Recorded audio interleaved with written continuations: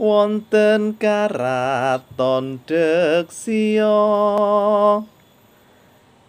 lajeng kraton wau kilir gumanti. Allah ngersake puniku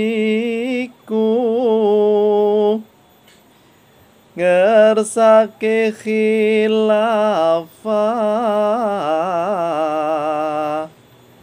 miturut tata cara nubuwah estu lajeng mendel Rasulullah Ahmad memanise kate